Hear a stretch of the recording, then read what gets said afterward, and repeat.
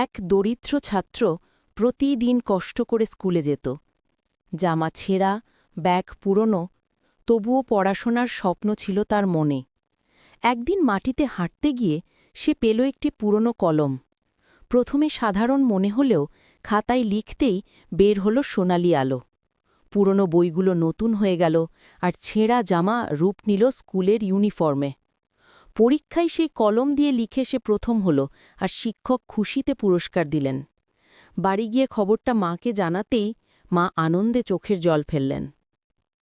কিন্তু ছেলেটি বুঝল, একা সুখী হওয়া আসল সুখ নয়। তাই সে কলম গ্রামের অন্য শিশুদের দিল। একে একে আলো ছড়িয়ে পড়ল পুরো গ্রামে।